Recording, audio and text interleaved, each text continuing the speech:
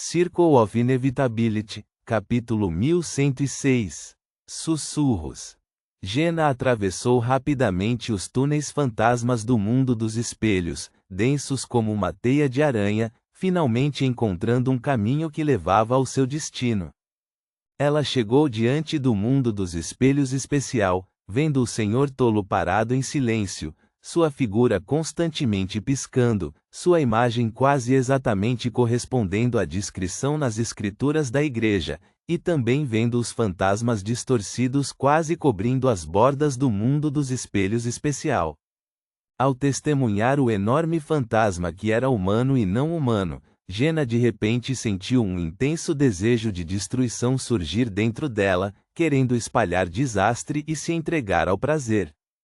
Ela quase falhou em suprimir a divindade que originalmente não era muito proeminente dentro dela. O que é isso? Jenna estava aterrorizada e perplexa, mal conseguindo controlar suas emoções e desejos. Reticências. Na área traseira do espelho com plataformas de pedra branco acinzentadas e estátuas de osso branco. Franca e a demônia de preto Clarice lutaram por um tempo. Além de destruir várias substituições de espelho e transformar o local em uma caverna de pedra cinza esbranquiçada, nenhuma delas sofreu ferimentos graves. Aproveitando a oportunidade quando a projeção do espelho se estilhaçou e sua própria forma emergiu na borda da área traseira do espelho, a demônia de preto olhou para Franca, incapaz de esconder sua surpresa. Você digeriu significativamente a poção imperecível 1? Claramente, ela não estava surpresa que Franca tivesse se tornado uma demônia da imortalidade, mas que a condição da outra era excelente, com emoções e desejos efetivamente controlados, não afetados por seu próprio feitiço ativo. Isso não se parecia em nada com uma demônia da imortalidade que havia avançado apenas alguns meses antes. Afinal, a digestão de uma demônia da imortalidade era medida em séculos. Os recém-avançados podiam precisar de vários anos, ou até mais de uma década, para se manterem em um estado estável de emoções e desejo. Mesmo diante de um feitiço de demônia do mesmo nível, seria difícil resistir, a menos que ela estivesse profundamente apaixonada ou tivesse acabado de vivenciar uma paixão comovente pela qual morreria. Franca também estava feliz em conversar e ganhar tempo, esperando por uma oportunidade. Enquanto desviava da nova onda de ataques da demônia de preto, ela riu e perguntou de volta. Você perderia o controle se eu dissesse que digeri completamente a poção imperecível? Ela estava se gabando de um fato que seria inacreditável para outras demônias da imortalidade, tentando provocar uma flutuação emocional na demônia de preto. E com uma flutuação emocional, ela pode ser capaz de encantar o alvo, induzindo a admiração que o impediria de atacar, levando à derrota. O olhar da demônia de preto de repente se solidificou. Ela claramente não estava disposta a acreditar que Franca conseguiria digerir a poção imperecível em apenas alguns meses, um processo que normalmente levava centenas de anos, mas a excelente condição da outra parecia corroborar essa afirmação.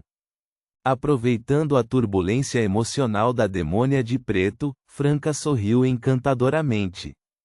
Isso fez o coração da demônia de preto Clarice bater mais rápido, assim como na primeira vez que ela sentiu o charme feminino da estatueta da demônia primordial. Com sua experiência, ela imediatamente percebeu que algo estava errado e deixou seu reflexo emergir de outro lado, usando charme em si mesma. Encantando a si mesma.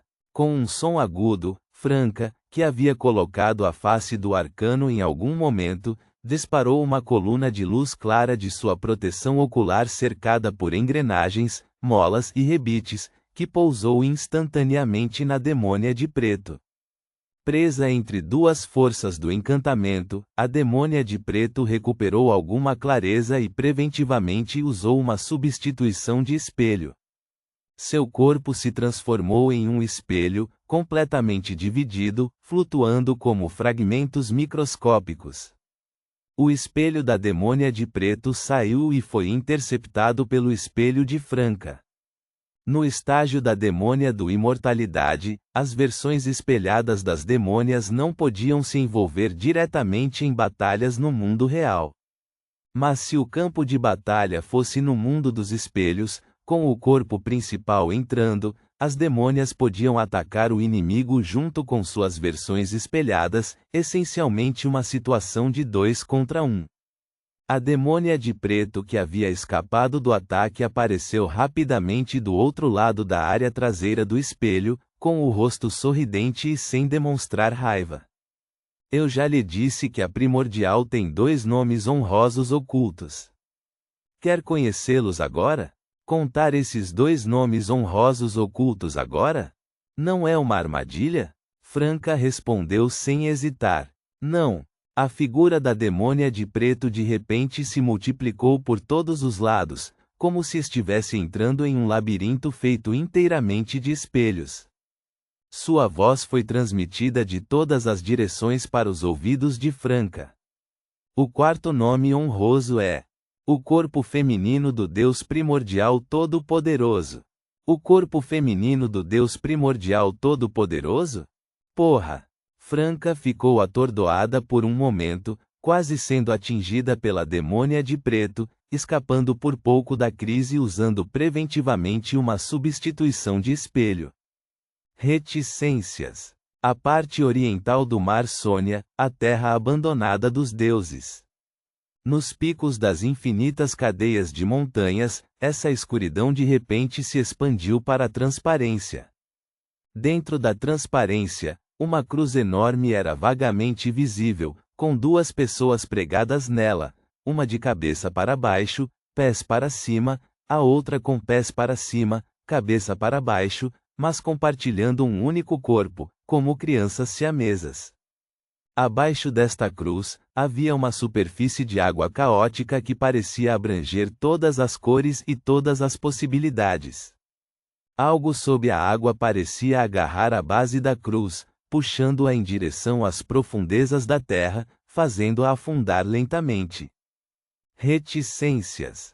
Em uma escuridão indescritível, Lumian, agora uma estátua de pedra branco acinzentada com apenas um resquício de pensamento, de repente sentiu uma fragrância como flores noturnas desabrochando, o hálito mais desejado em todo o coração masculino. O longo vestido branco, semelhante a um osso, caiu diante de seus olhos, caindo no chão, revelando um torso perfeito que levaria até pedras ao impulso, que faria até as regras se violarem. Aqueles pelos negros, longos e escorregadios, como os de uma serpente, começaram a deslizar suavemente pelo corpo de Lumian. Aquele torso lunar estava no colo de Lumian, entrelaçando-os sem ossos. Calor e frio emergiram simultaneamente, com uma sensação de umidade ondulando e fluindo entre os 2 corpos. Lumian parecia estar nu e enrolado por uma piton enorme, esfregando-o suavemente, e ainda assim aparentemente envolvido pelo prazer mais encantador, alternando entre o céu e o inferno. Cabelos negros e lisos como serpentes, mãos brancas e requintadas, lábios rosados, umedecidos e entreabertos, pele delicada que parecia que iria quebrar com um toque, mas que era cheia de elasticidade. Tudo isso girava e se aproximava do rosto, pescoço, peito e abdômen de Lumian, às vezes tocando levemente, às vezes pressionando de perto, às vezes acariciando gentilmente, às vezes querendo ser um com ele. A voz suave e gentil anterior tornou-se sedutora, soluçando baixinho de alegria quando Lumian chegou ao céu e flutuando perto da fala onírica quando ele caiu no inferno. Se as almas remanescentes no rio da escuridão eterna, ou as características de Beyonder no tesouro do Vingador Azul não são a verdadeira base para a ressurreição de Tudor. Se eles puderem trabalhar, ótimo. Se não, não importa, desde que eles possam criar alguém como você. A verdadeira ressurreição de Tudor está exposta aqui comigo. A voz trouxe uma fragrância doce e ambígua escondida, fazendo até os vasos sanguíneos desta estátua de pedra incharem até que rachaduras branco-acinzentadas aparecessem. Um hálito doce e perfumado soprou em seu ouvido, subindo e descendo, acompanhado por uma pitada de riso. Tudor está disposto a confiar em mim, e eu não o decepcionarei. Você sabe por que da descendência de Judite restam apenas os descendentes, enquanto outros não existem mais? Eu os amaldiçoei, com maldições diretas, com maldições do destino. Agora, Tudor só pode contar comigo. O restante da consciência de Lumian inexplicavelmente gerou medo em meio a essas palavras. Ele não sabia por que a demônia primordial Tiki estava se unindo a ele naquele momento, porque ela queria controlar seu prazer e dor, porque ela estava dizendo aquelas palavras. Ele só sabia que essa verdadeira demônia era louca. Uma voz um pouco rouca pressionou o corpo de Lumian, rindo suavemente em seu ouvido. Estou muito satisfeita com este corpo, ele pertencerá a Tudor. Esperei por mais de 1000 anos, finalmente encontrando a melhor oportunidade. Isso pode ressuscitar Tudor e realizar os sonhos inacabados dele e meus. Você sabe o que o caminho da demônia simboliza? Lumian não conseguiu responder, pois agora era apenas uma estátua de pedra branco-acinzentada, entrando no céu em meio ao prazer supremo. A maravilhosa voz feminina tinha um som sussurrado. Simboliza a catástrofe e o apocalipse, e também simboliza o lado feminino daquele criador inicial. O que o caminho do caçador simboliza? Simboliza guerra e destruição, e também simboliza o lado masculino daquele criador inicial. Você sabia que o criador inicial era louco e irracional, autodestrutivo e queria sobreviver? O que você acha que tal criador faria enquanto se autodestrói? Por que ele criaria uma barreira invisível para bloquear as divindades exteriores, impedindo-as de saquear caoticamente e iniciar a convergência? Como fonte de racionalidade e sabedoria, ele não quer uma existência estável. Mesmo com a mente quase completamente em branco, Lumian agora tinha um pensamento extra. Simultaneamente, ele percebeu vagamente o propósito da demônia primordial se unindo a ele e falando essas palavras. Equilibrando o yin e o yang, corrigindo o estado, fazendo a preparação final para a ressurreição de Alista Tudor.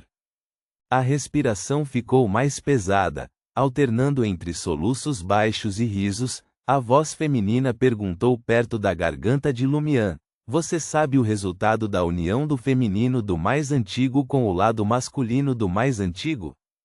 Quando os lados feminino e masculino de algo se combinam, o que eles se tornam? Os pensamentos finais de Lumian congelaram de repente. Reticências. Na área traseira do espelho com pedras branco-acinzentadas. Assustada com o quarto nome honroso da demônia primordial, Franca imediatamente caiu em desvantagem, sobrevivendo com dificuldade ao estágio mais difícil. Ela poderia morrer e esperar para ressuscitar no espelho adormecido, mas isso seria uma perda de tempo demais. Nesse momento, a voz da demônia de preto Clarice veio do lado. O quinto nome honroso da primordial é. Franca queria detê-la, mas não conseguia encontrar um método adequado. Comparativamente, ensurdecer-se seria mais conveniente. Antes que ela pudesse agir, as palavras subsequentes da demônia de preto ecoaram com uma pitada de riso. O quinto nome honroso da primordial é. O Criador original, o mais antigo, espelhado. Nota 1. Da imortalidade. Ponto.